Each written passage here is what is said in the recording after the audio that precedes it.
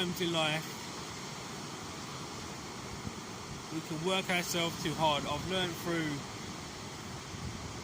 sadly this year actually, when I had a seizure back in January, I set myself all these goals. I wanted to do this and this, and I overworked myself up here, and I hit burnout, and that's why I think I had the seizure. So, you know, somebody like myself that lives with epilepsy, which is a tough condition to manage, it's called non-epileptic attack disorder. Sometimes you've really got to slow down in life and just appreciate the small things we've got, because we live in a complex world. We're all busy, we're all doing things, we're all trying to put food on the table, but your mental fitness is so important. So just learn to have a breather now and again, sit down in a chair, go to the beach and relax more. I'm blessed because I know that God is with me, but you know, if you're not religious, that's fine, but I'm a born again Christian, and my hope is that people open their hearts to God, because we live in a dark world. The world is getting darker, as I often say to people, and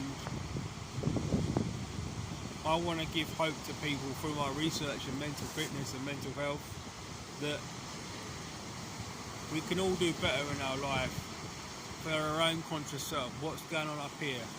How are we managing our stress and anxiety? That's so important, and I will keep continuing and trying to find better ways to create videos like this and share it to the world, which is what I do every single day of the week. I've got my pain, I've had my suffering, I'm not a victim no more.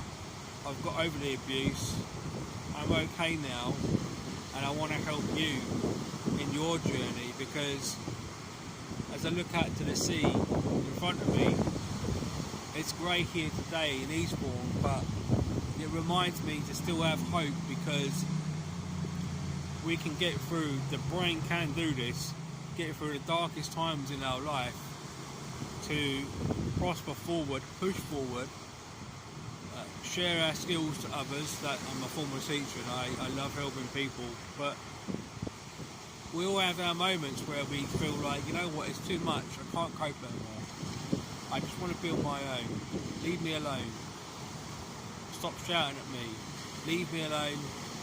And I've been through all those different emotions, and that's okay, by the way. You need to experience pain, you need to experience sometimes trauma, though it's not maybe your fault, maybe it is, I don't know, but we're all going to go through that cycle of blaming ourselves,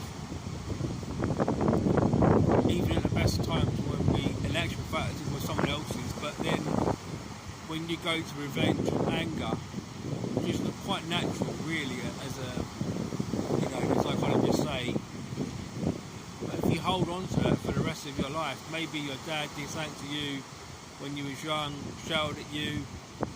My childhood wasn't great at all, but I don't have anger towards anybody anymore, because I have peace in my heart. But yeah, God helped me do that. I still get angry because it's a natural emotion. I mean, I don't particularly like grief. I think that, you know, even when you go to a shop and you go and order a tea or a coffee, and you're in the queue and you order yours and you say please and thank you, and then they're rushed off their feet, and a young waitress makes a nice drink for someone that's got, like, you know, is saying, can you hurry up please, like hurry up, and that frustrates me, because, you know, nothing should be fast in this world. Why should it be? Why are you priority over everybody else? Learn to have patience, respect people, love people. I'm not saying it's all that easy, but is it not better? I mean, because simple fact is, the world is getting so dark that have we forgotten to say please and thank you to each other?